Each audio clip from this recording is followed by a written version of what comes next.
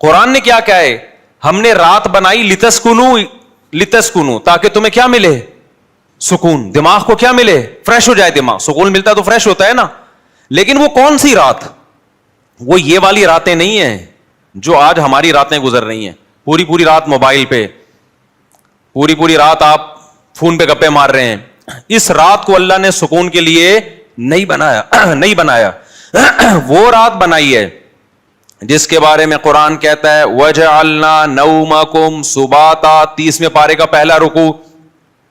سب عربی میں کسے کہتے ہیں؟ کاٹنے کو. اللہ کہتے ہیں ہم نے تمہاری نیند کو کاٹنے کا ذریعہ بنایا. کینچی ہے یہ نیند. کیا مطلب کاٹنے کا؟ آپ کا جو اس دنیا سے کنیکشن ہے نا, جو تاریں گئی ہیں جہاں سے اس دنیا کے سگنل آپ کے دماغ میں آ رہے ہیں, نیند ان سگنل کو کیا کر دیتی ہے؟ اس تاروں کو کیا کر دیتی ہے؟ کاٹ دیتی ہے. دیکھو ایک آسان مثال سے بات سمجھاتا ہوں. انسان کے جسم کے ہر پارٹ کو آرام چاہیے کہ نہیں چاہیے؟ بولو. آرام کسے کہتے ہیں؟ آپ کی باڈی کا جو پارٹ کسی کام میں مشغول ہو تو کچھ وقت کے لیے اس سے وہ کام چھڑا دیا جائے, اس کو ریسٹ کہتے ہیں. اٹ از کالڈ, بولو نا, ریسٹ. مثال کے طور پر میں بول رہا ہوں, اب میرے گلے کا کام ہے بولنا. بولتے بولتے بولتے بولتے اگر میں کبھی خاموش ہی نہ ہوں تو مجھے گلے کو آرام دینے کے لیے کچھ وقت کے لیے کیا کرنا پڑے گا؟ خاموش رہنا پڑے گا. ایسا ہی ہے نا. تو گلے سے کام تھا بولنا, اس کا ریسٹ کیا ہے؟ اس سے بولنا آپ چھڑوا دیں تو کچھ وقت کے لیے سکون میں آ جائے گا, وہ دوبارہ بولنے کے قابل ہو جائے گا. کان کا کام کیا ہے؟ سننا. ہر وقت سنتے سنتے آدمی کہتا ہے بند کر یار اس کو, تھک جاتا ہے نا کان, یار تھوڑی دیر سکون کا ماحول چاہیے, کچھ نہیں سننا ہم نے. ٹانگوں کا کام کیا ہے؟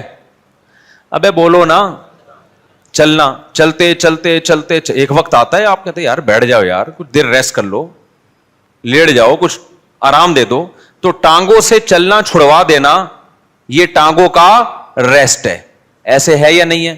جم میں آپ جاتے ہو, وزن اٹھا رہے ہو, 3 سیٹ لگا لیے, 4 سیٹ لگا لیے, اب نہیں اٹھا جا رہا تو آپ کا ٹرینر آپ کو کیا کہے گا؟ بھائی اب بازو کو تھوڑی دیر کیا دے دے؟ ریسٹ دے دے. جو کام میں مشغول تھا اس سے وہ کام چھڑوا دے. اب دیکھو یہ سارے کام جو ہماری باڈی کر رہی ہوتی ہے, ان کو چھوڑنے کا آرڈر دماغ دیتا ہے. دماغ کہتا ہے چلنا بند کر دو, دماغ کہتا ہے سننا بند کر دو, دماغ کہتا ہے بولنا بند کر دو. دماغ کا اپنا کام کیا ہے؟ دماغ کا ریسٹ کیسے ہوگا؟ دماغ کا کام ہے سوچنا. کیا خیال ہے بھائی؟ اگر آپ لوگ سوچ رہے ہو تو سمجھ میں آئے گا کہ دماغ کا کیا کام ہے؟ سوچنا. مجھے آپ بتاؤ دنیا میں کوئی مائی کا لال ایسا پیدا ہوا ہے جو دماغ کو کہہ کے سوچنا بند کر دے؟ دماغ کو آرڈر کون دے گا؟ ہائے ہائے ہائے, آپ چل رہے ہو, ٹانگوں کو کون آرڈر دے گا کہ رک جاؤ؟ اتنا تو میرا خیال ہے جنرل نالج کا سوال ہے, یہ تو کوئی معاشرتی علوم کا سوال نہیں پوچھا میں نے. ٹانگوں کو کون آرڈر دیتا ہے کہ رک جاؤ؟ دماغ آرڈر دیتا ہے, تبھی ہم بریک لگا لیتے ہیں. میں بول رہا ہوں, بولتے بولتے تھک گیا تو میرے گلے کو کون آرڈر دے گا کہ رک جاؤ؟ دماغ آرڈر دے گا. اس سے پتا چلتا ہے آرڈر دینے والا ہمیشہ اس سے سپیریئر ہوتا ہے. آپ کی باڈی کا جو پارٹ ہے نا, کوئی بھی پارٹ, اس کو آرڈر دے گا بادشاہ. وہ کون ہے؟ وہ دماغ ہے. پھر یہ اس کی بات مانے گا, رک جائے گا. کیونکہ ہمارے ٹانگوں کے پاس سوچنے کے لیے دماغ نہیں ہے, وہ خود نہیں رکیں گی, ان کو آرڈر اوپر سے آئے گا. لیکن دماغ کو آرڈر کون دے گا کہ سوچنا بند کر دے؟ نہیں یہی بات, دماغ آرڈر نہیں دے سکتا. دماغ کے لیے کوئی اوپر کی چیز ہو جو دماغ کو آرڈر دے کہ سوچنا بند کر دے. کیونکہ دماغ جب اپنے آپ کو آرڈر دے گا کہ سوچنا بند کر دے تو اس کے لیے دماغ سوچے گا, تو سوچنے کا عمل کم نہیں ہوگا بلکہ سوچنے کا عمل بڑھ جائے گا. ابے کیسے سمجھاؤں مجھے بتاؤ یار, کامن سینس کی بات کر رہا ہوں یا نہیں کر رہا؟ کافی پی کے آئے ہیں کہ نہیں آئے ہیں مجھے یہ بات بتاؤ. اگر کافی کی عادت نہیں ہے نا, پھر بغیر پیے بھی دماغ فریش ہوگا. اگر عادت پڑ چکی ہے تو ایک ایک کپ آپ کو پلانا پڑے گا, اس کے بغیر کھوپڑی میں بات نہیں آئے گی. یہ نقصان ہے کافی کا. پھر بھی ہم کہتے ہیں پی لو, ہمیں بھی کبھی دماغ کھوپڑی کام نہیں کر رہی ہوتی, چسکے ہم بھی لگا لیتے ہیں, ٹھیک ہے, پیدا تو اسی سوسائٹی میں ہوئے نا, فضائل نہیں بیان کرتے ہم. اچھا خیر, تو اب دماغ کا کام کیا ہے؟ دماغ کو سکون ایسے ملے گا سوچنا چھوڑ دے. اب آپ کیا کرو گے؟ اب آپ بیٹھ گئے, ٹانگوں کو آرڈر دیا رک جاؤ, ٹانگیں رک گئیں. کمر تھک گئی ہے بیٹھے بیٹھے, کمر کو آرڈر دیا بھائی لیٹ جا, لیٹ گئے بھائی. اب دماغ تھک گیا آپ کا, اب آپ دماغ کو آرڈر دے رہے ہو سوچنا بند کر دے. دماغ کا باپ بھی سوچنا بند نہیں کرے گا بلکہ اور سوچے گا. تبھی تو اوور تھنکنگ کی ایک بیماری ہے نا. لوگ کہتے ہیں ہم جب سونے کے لیے لیٹتے ہیں تو اس وقت تو بالکل ہی نیند اڑ جاتی ہے ہماری, ویسے چلتے پھرتے رہیں گے نیند آئے گی, بیٹھے ہوئے نیند آ رہی ہے, سونے کے لیے لیٹے اور نیند کے علاوہ اب سب کچھ آنا شروع, کیونکہ دماغ اب نیند کے بارے میں سوچنا شروع کر دیتا ہے کہ سو تو نہیں سویا, صبح دیر ہو جائے گی, دماغ خراب ہوگا, یہ ہوگا. اس سے نیند آنے کے بجائے کیا ہوتی ہے؟ اس ٹینشن سے نیند اور اڑتی ہے. سمجھ میں آ رہی ہے بات؟ تو اس کا حل اللہ نے کیا رکھا ہے؟ اللہ نے کہا یہ تمہارے بس میں نہیں ہے کہ تم سو جاؤ, کیونکہ تمہارے پاس جو سب سے پاورفل پارٹ ہے نا وہ دماغ ہے. اس دماغ کے کنٹرول میں نے تمہارے سارے پارٹ دے دیے ہیں. دماغ کس کے کنٹرول میں ہے؟ وہ میرے کنٹرول میں ہے. وہ کسی کا باپ بھی نہیں سلا سکتا جب تک میں نہیں چاہوں گا. لہذا تم نے کیا کرنا ہے؟ سونے کے اسباب اختیار کرنے ہیں. سونا تمہارے بس میں نہیں ہے. اسباب کے بتی بجھا دی, لیٹ گئے, سکون کا ماحول ہو گیا, پنکھا چلا دیا, یا نیند کی گولی کھا لی, بہت زیادہ ہو گیا تو یہی ہوگا نا. تو اس سے نیند کی گولی بھی آپ کو یاد رکھو سلاتی نہیں ہے. وہ کیا کرتی ہے؟ آپ کے جو پٹھے ہیں ان کو ریلیکس کر دے گی, خیالات کو مجتمع کر دے گی. نیند ڈاکٹر کہتے ہیں کہ نیند خود سے آتی ہے انسان کو, کوئی دوا نہیں لاتی نیند. دوا یہی ہے کہ وہ اسباب پیدا کر دیتی ہے, اس کے سکون کے اسباب پیدا کر دیتی ہے. لیکن دوا ڈائریکٹ نیند لانے والی اب تک کوئی دوا میری معلومات کے مطابق ایجاد نہیں ہوئی, جو ڈاکٹر کہتے ہیں. تو اب کیا ہوتا ہے؟ اب اللہ تعالیٰ بیچ میں آتے ہیں. اللہ تعالیٰ کہتے ہیں وَجَعَلْنَا نَوْمَكُمْ سُبَاتًا, تم اسباب اختیار کرتے ہو, لیٹ جاتے ہو. ہم کیا کرتے ہیں؟ تمہاری نیند, ایک کینچی لے کر آتے ہیں ہم, کیونکہ ہم جو سوچنا بند نہیں کر رہے نا, وجہ اس کی کہ ہمارے دماغ کا اس دنیا سے کنیکشن ہے. یہ کنیکشن جب تک ختم نہیں ہوگا اس وقت تک آپ سوچنا بند نہیں کر سکتے. آپ جب سونے کے لیے لیٹے, دن بھر کے خیالات ہیں, ابے یہ آیا تھا, یہ ہوا تھا, دوسری شادی, تیسری شادی, میرے بیان کسی نے سنے ہو, ٹھیک ہے نا, شادی نہیں ہو رہی یا ہو گئی ہے تو مصیبت. میرے جس نے بھی بیان سنے ٹینشن میں, وہ بھی ٹینشن میں جس کی نہیں ہو رہی, اور جس کی ہو گئی ہے وہ اس سے بڑی ٹینشن میں کہ یار یہ میں کیا کر بیٹھا ہوں.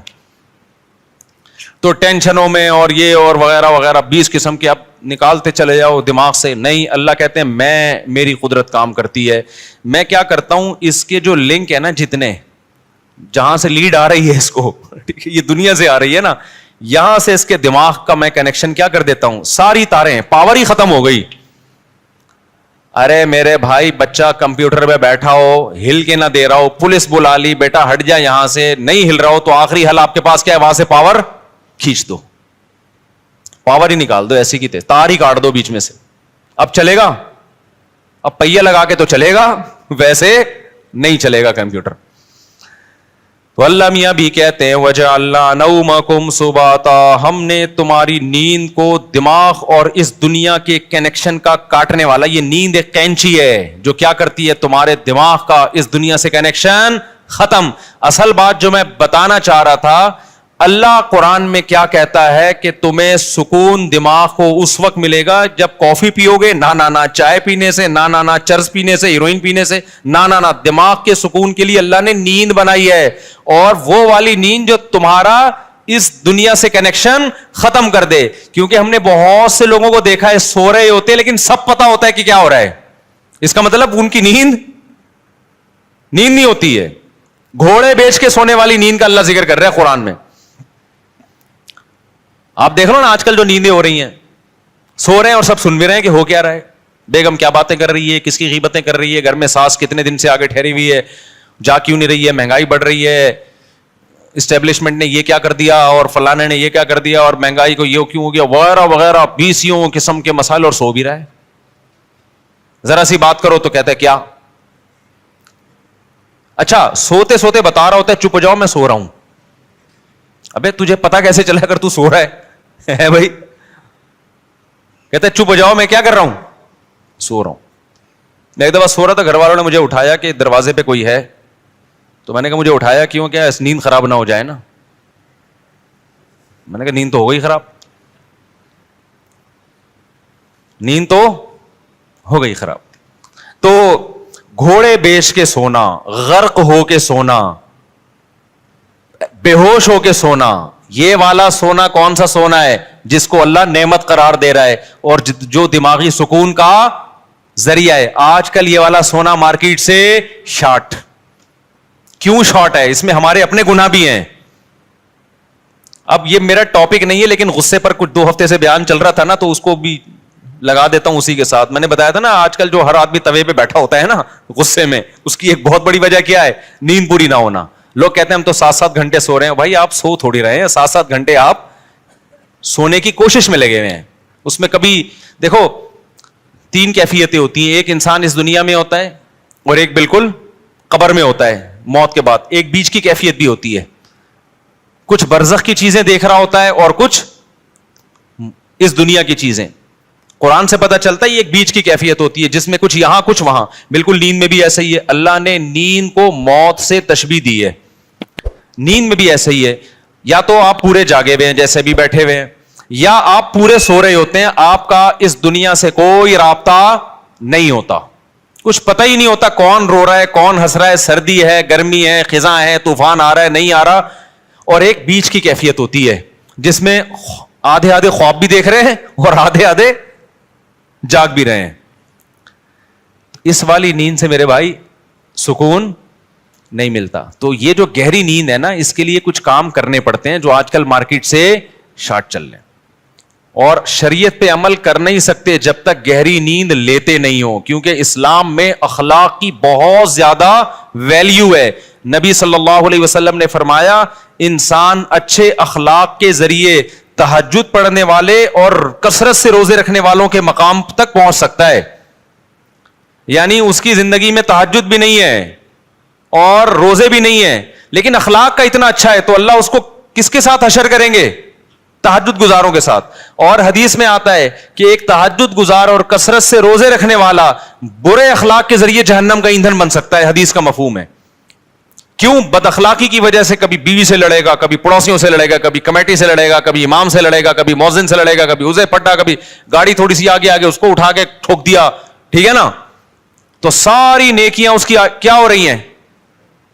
ضائع. کیونکہ ہمیں حدیث سے پتا چلتا ہے کہ جو شخص لوگوں پہ ظلم کرتا ہے قیامت کے دن اللہ بدلہ ایسے لیں گے کہ اس کی نیکیاں اٹھا کے اس کے پلڑے میں ڈالنا شروع کریں گے. حتیٰ کہ ایک گالی بھی ناحق دی نا کسی کو تو اس کے بدلے میں بھی اس کی نیکی کہاں جا رہی ہے؟ وہاں جا رہی ہے. اور جب اس کی نیکیاں ختم ہو جائیں گی تو اللہ پھر کیا کریں گے؟ جس نے ظلم کیا ہوگا بد اخلاقی کی ہوگی اس کے گناہ اس کو دینا شروع کر دیں گے. میں سمجھا پا رہا ہوں اپنی بات؟ تو اس سے پتا چلتا ہے بد اخلاقی بدتمیزی ہر وقت جلے کٹے رہنا نیگیٹو سوچ رکھنا یہ چیزیں اچھے اعمال کے باوجود انسان کو جہنم کا ایندھن بنا دیتی ہیں. اور خوش اخلاقی کے لیے جو میڈیکلی جو ہمارے لیے سب سے زیادہ امپورٹنٹ چیز ہے وہ کیا ہے؟ وہ گہری نیند. تو یہ ہمارے مذہب کا حصہ ہوئی کہ نہیں ہوئی ہے؟ اتنی زیادہ حدیث میں اہمیت ہے نیند کی کہ ایک صحابی آئے, انہوں نے عرض کیا کہ یا رسول اللہ میں ساری رات تہجد پڑھوں گا کیونکہ اللہ نے آپ کی تو ساری خطائیں معاف کر دی ہیں, آپ تو رات کو آرام بھی کرتے ہیں, میں ساری رات تہجد پڑھوں گا, سوؤں گا نہیں. آپ نے فرمایا مر رغب عن سنتی فلیس منی, جو میرے طریقے سے اعراض کرے گا وہ مجھ میں سے نہیں ہے, کیونکہ اصلی و ارقد, میں تو نماز بھی پڑھتا ہوں اور آرام بھی کرتا ہوں. نبی کو معلوم تھا یہ ساری رات تہجد پڑھیں گے نیند پوری نہیں ہوگی, تو پھر آگے نتیجہ کیا نکلے گا؟ آگے نتیجہ یہ نکلے گا کہ وہ تہجد بد اخلاقی کے ذریعے ضائع کریں گے. یہ سمجھتے ہو بات کو؟ تو میں جو نیند اتنا کر رہا ہوں نا, کوئی میڈیکل سائنس کا شعبہ ہی, لیکن میں اس کو اس لیے بیان کر رہا ہوں کہ اس کا مذہب سے بھائی بہت گہرا تعلق ہے. اصلی و ارقد حدیث میں آتا ہے میں تو نماز بھی پڑھتا ہوں اور آرام بھی کرتا ہوں. تم کون ہو بھائی جو نماز ہی پڑھتے رہتے ہو, آرام نہیں کرو گے رات کو؟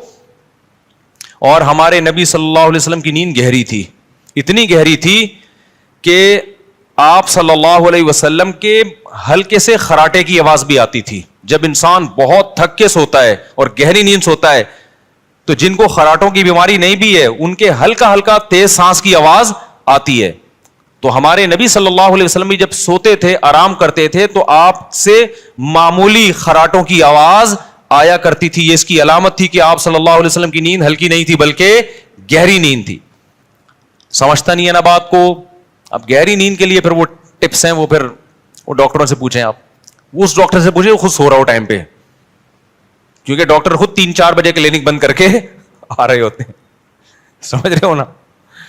تو لیکن اس میں چند چیزیں, ورزش کرے انسان, یہ چائے کافی وافی ان چیزوں سے اپنے آپ کو اس عذاب سے جان چھڑائے. اور بہت ہی کچھ شوق ہے تو چائے پی لو, وہ بھی دن میں 2 کپ بہت زیادہ ہے, لیکن ثواب سمجھ کے وہ بھی نہ کرو. اور رات کو انسان جلدی سے رات کو موبائل بند کر کے رکھ دے لاکر میں. موبائل جو ہے نا یہ رات کو دیکھو ہی نہیں, یہ بہت بڑی تباہی ہے. سو جاؤ رات کو, صبح 2 بجے 3 بجے اڑ جاؤ, اس کے بعد نماز پڑھو, تلاوت کرو, اللہ سے دعا مانگو, پھر موبائل دیکھ لو بیٹھ کے. بھائی کوئی مفید چیز اگر آپ نے دیکھنی ہے, کوئی جنرل نالج کی چیز دیکھنی ہے, کسی کا ولاگ دیکھنا ہے کہ میں بیت الخلاء میں بیٹھا ہوا ہوں کیسا لگ رہا ہوں, ٹھیک ہے نا. اس طرح بھی ولاگ بھی ایسے آ رہے ہیں کہ بس جو اٹرم پٹرم اٹھا کے ڈال دو. بس میں جا رہا ہوں, میں نانی کے جا رہا ہوں, میں خالہ کے جا رہا ہوں, میں پپو کے جا رہا ہوں. تو جا رہا ہے بھائی, تو ساری دنیا جاتی ہے, تو پہلی دفعہ تھوڑی جا رہا ہے. چلو کوئی دوسرے ملک میں جا کے ولاگ بنا رہا ہے, آپ نے وہ ملک دیکھا نہیں ہے, تو آپ کا یار بغیر ٹکٹ ویزے کے کنٹری دیکھنے کو مل رہا ہے, پھر بھی سمجھ میں آتا ہے. لیکن ایسے ایسے ولاگرز آ رہے ہیں, ان پہ تو مجھے تعجب اس لیے نہیں ہوتا کہ ان کو پیسہ مل رہا ہے نا, تعجب تو آپ پہ ہوتا ہے کہ یار آپ کے پاس اتنا ٹائم کہاں سے آ گیا. اور یہ بھی ایک بڑی بےغیرتی کی بات ہے, جس کا ولاگنگ کا چینل نہیں چل رہا نا, اپنی خوبصورت بیوی کو ادھورے لباس میں وہ لے آتا ہے. یار دیکھو, غیرت پہلے ہے, پیسہ بولو بعد میں. میں نہیں کہہ رہا کہ جو بھی عورت کو لے کر آ رہا ہے وہ گندی سوچ کا ہے, بری سوچ کا ہے, میں کسی پہ الزام نہیں لگا رہا. لیکن آپ کی بیوی اٹریکٹیو ہے, خوبصورت ہے, جوان ہے, اور ادھورے کپڑے میں آپ اس کو لا رہے ہیں, تو اس میں تو میرا خیال ہے کوئی دو رائے نہیں ہو سکتی کہ آپ کی نیت کیا ہے. یہ ایسے لوگ ہیں, اگر یہ بیگم کو نکال دیں تو ان کے چینل دھڑام سے نیچے. اور یہ ٹھرکی عوام, انٹرنیٹ پر اتنا فحش مواد پڑا ہوا ہے, اس کو دیکھنے کے بجائے کہیں بھی ان کو کوئی چاہیے کہ اپنی بیگم کے ساتھ آ رہا ہو. بھائی وہ جو مواد ٹھرکیوں کے لیے رکھا ہے وہ بھی غلط ہے, لیکن جب اتنا ہے تو پھر چل کیسے رہے یہ ٹھرکی چیزیں. اس سے پتا چلتا ہے کہ قوم کی ٹھرک اتنے عروج پہ پہنچی ہوئی ہے کہ سب کچھ دیکھنے کے بعد بھی جب ان کو پتا چلتا ہے فلاں کی بیوی آئی ہوئی ہے, دیکھو اس کو لازمی. یہ ٹھرک کی سپرلیٹو ڈگری ہے. بھائی مسئلہ یہ ہے نا کہ نہیں چل رہا تو اپنی بیگم, خوبصورت سی بیگم ادھورے کپڑوں میں لے آئی, تو سوال پیدا ہوتا ہے بھائی جس نے ادھورے کپڑوں میں عورت دیکھنی ہے وہ فلمیں دیکھ لے گا جا کے, وہ ناچ گانے والی عورتیں دیکھ لے گا, تو وہ آپ کی بیگم کو کیوں دیکھے گا؟ لیکن نہیں, وہ بھی دیکھے گا. تو یہ ٹھرک, آپ یو کے سے آئے, آپ کو یہاں کا اندازہ ابھی نہیں ہے. یہ لندن چھوڑ کے پاکستان آ گئے, کہہ رہے بہت اچھا ملک ہے. یقیناً بہت اچھا ملک ہے بھائی, ان لوگوں سے ہم پھر بھی بہت اچھے ہیں. ان میں یہ چھچور پنا اس لیے نہیں ہے کہ وہ اس سے بڑی چیزوں کے عادی ہو چکے ہیں. ہمارے یہاں کے نائٹ کلب ولب نہیں ہے, تو یہ بےچارے کسی کی بیوی ادھورے کپڑوں میں دیکھ کے تھوڑا سا کیا ہو جاتے ہیں, خوش ہو جاتے ہیں. ان سے آپ کمپیئر نہیں کر سکتے, کیونکہ یہ نا بہت سے لوگ کہتے ہیں پاکستان میں فحش فلمیں سب سے زیادہ دیکھی جاتی ہیں. غلط ہے, نہیں دیکھنا چاہیے, لیکن اس کا یہ مطلب نہیں کہ وہ ہم سے اچھے ہیں. بناتے کون ہیں یہ فلمیں؟ وہ لوگ بناتے ہیں, تو بنانے والا زیادہ برا ہے. سمجھ رہے ہو؟ جس میں جو بالکل ہی حیا لیس ہو جائے گا وہ بنائے گا. پاکستانی کم از کم اس سے تو کم ٹھرکی ہے نا, بنا تو نہیں رہا اتنی. پھر بھی دیکھنا چھوڑ دو, ایسا نہ ہو کہ آپ بولیں گے چلو دیکھنے کی وہ پرمیشن, دیکھنا بھی غلط ہے, لیکن اس سے آپ جو دوسری قوموں سے کمپیئر کرتے ہیں نا پاکستانی کو کہ یہ بڑے ٹھرکی ہیں, ایسا بالکل بھی نہیں ہے. ان لوگوں سے وہ ٹھرک کی بہت اوپر لیول پہ پہنچے ہوئے ہیں. وہ یہ بدنظری جیسی چھچور پنے کو ٹائم ویسٹنگ سمجھتے ہیں, ٹھیک ہے نا. یہ پاکستان کے غریبوں کے کام ہے یہ کام. خیر, تو جلدی سے میں بات کو سمیٹوں, کہاں سے کہاں چلی گئی. تو میں یہ کہہ رہا تھا یہ تھوڑا سا کنٹرول کر لیں سونے وونے کو, تاکہ اوپر کی سیٹنگ کیا ہو جائے, سیٹ ہو جائے, اور یہ طلاقیں بھی کم ہو ہماری سوسائٹی میں, اور یہ مار دھاڑ کے واقعات بھی کم ہو, اور یہ جو یونیورسٹیوں میں ڈرگس چل رہا ہے, چرس, آئس, یہ سب چیزیں سکون کے لیے لے رہے ہیں لوگ, لیکن اس سے سکون آنے کے بجائے تباہ اور برباد ہو رہا ہے. دیکھو مذہب خدا کی قسم بہت بڑی نعمت ہے. مذہب آپ کے پاس آپشن چھوڑ دیتا ہے سوچنے کا. شرابی شراب کیوں پیتا ہے؟ وہ کہتے ہیں اس میں کیا خرابی ہے, وہ بحث کرے گا. کچھ لوگ بتائیں گے کہ یہ فائدہ مند چیز ہے, کچھ کہیں گے نقصان دہ چیز ہے.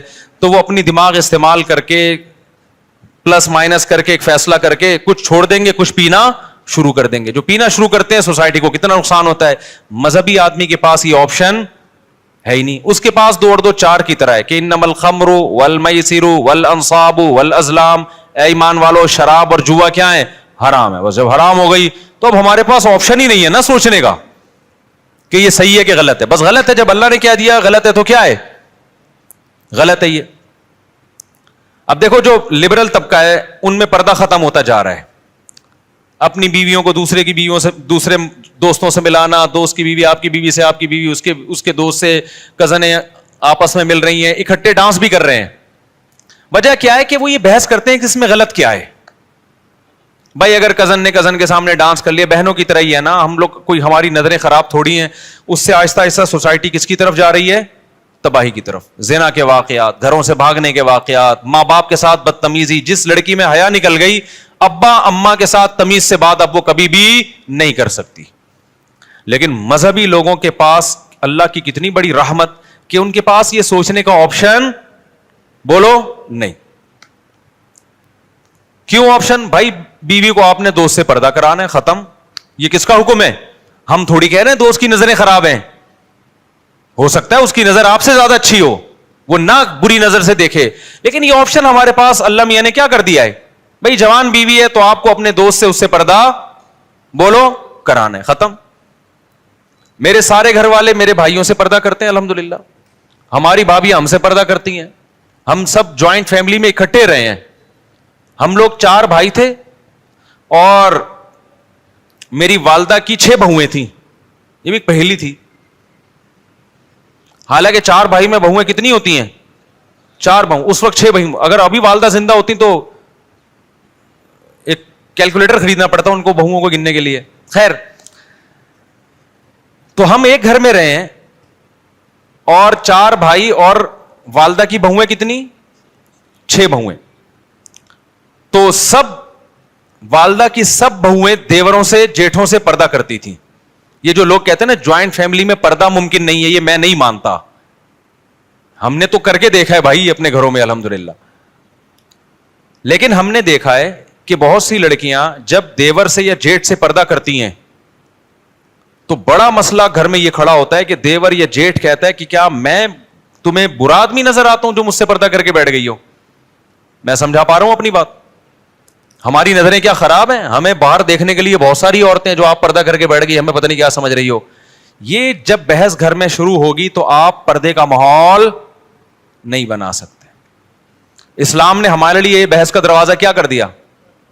بولو بند. اسلام نے کہا بھائی عورت کا زینت اس کا بھائی, اس کا باپ, اس کا شوہر, اس کا بھتیجا, اس کا بھانجا, اس کا چچا, یہ دیکھ اس کے سامنے آ سکتی ہے, پوتے نواسوں کے سامنے بھی. اس کے علاوہ سارے اس کے لیے کیا ہیں؟ نامحرم. اب اس کا تعلق اس سے نہیں ہے کہ دیور جیٹھ کی نظر اچھی ہے یا گندی ہے. بھائی اللہ کا حکم ہے بھابی نے دیور سے پردہ کرنا ہے.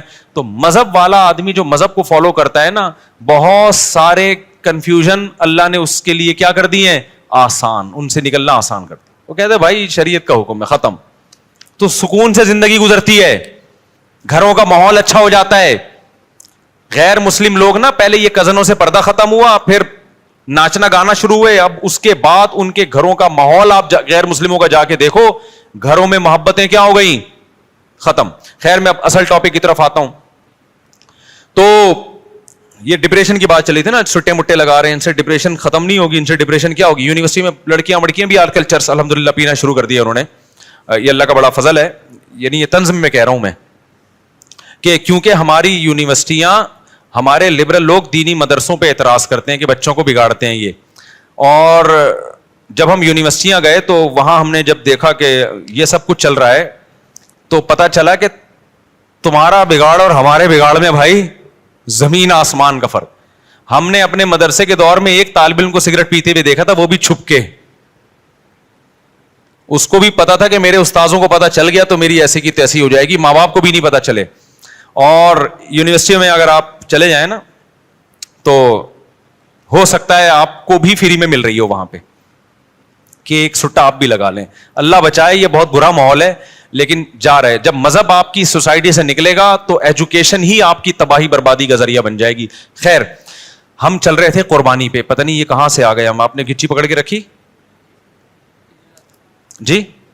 میں تو چاہ رہا تھا کہ قربانی پہ آؤں نا, میں اب آ رہا ہوں قربانی پر. تو میں اصل بات آپ سے بتانا چاہ رہا تھا میرے بھائی, اللہ میاں نے جو ہمیں پیدا کیا ہے وہ کس کام کے لیے؟ اپنی عبادت کے لیے. اللہ کیا چاہتے ہیں؟ کس کے غلام بن کے رہو؟ اللہ کے. ہاں میں یہ کہہ رہا تھا اگر آپ اللہ کی غلامی نہیں کریں گے تو کلچر کے غلام بننا پڑے گا, خاندان کا غلام بننا پڑے گا, بڑی بڑی عالمی طاقتوں کا غلام بننا پڑے گا آپ کو. تو آزاد دنیا میں کوئی بھی نہیں ہے. آزادی کا لیبل لگا کے آزادی کی باتیں کی جاتی ہیں, حقیقت میں آپ کو ایک طبقے سے نکال کے دوسرے طبقے کا غلام بنایا جاتا ہے. جیسے آج کل کے مذہبی اسکالر تقلید کے بڑے خلاف ہیں کہ ان مجتہدین کی تقلید مت کرو. تو لیبل بڑا اچھا ہے کہ ہم تقلید نہیں کرتے, لیکن اصل میں مجتہدین کی تقلید سے ہٹا کے آج 15ویں صدی کے اسکالرز کا مقلد بنایا جا رہا ہوتا ہے. تو لیبل سب لوگ اچھے اچھے لگاتے ہیں, اس کے پیچھے بڑا مسئلہ ہوتا ہے. وہ لگا رہے ہوتے ہیں اپنا فالوور بنا رہے ہوتے ہیں آپ کو کہ ہم جو قرآن و حدیث کی تشریح کریں نا وہ پہنانا آسان ہو جائے, ہم قرآن و سنت کے نام پہ جو بھی پہنا دیں یہ پہن لے. تو جب تک یہ ابو حنیفہ سے نہیں ہٹے گا ہمارا پہناوا پہنے گا نہیں. یہ سمجھ میں آ رہی ہے بات؟ تو لیبل میرے بھائی سب کے پاس کیا ہیں؟ بڑے بڑے خاندانی قسم کے لیبل ہیں. تو پھر دیکھو کچھ بھی پہنا دیتے ہیں قرآن و سنت کے نام پہ, اور لوگوں کے پاس علم نہیں ہوتا تو وہ پہن کے گھوم رہے ہوتے ہیں. الحمد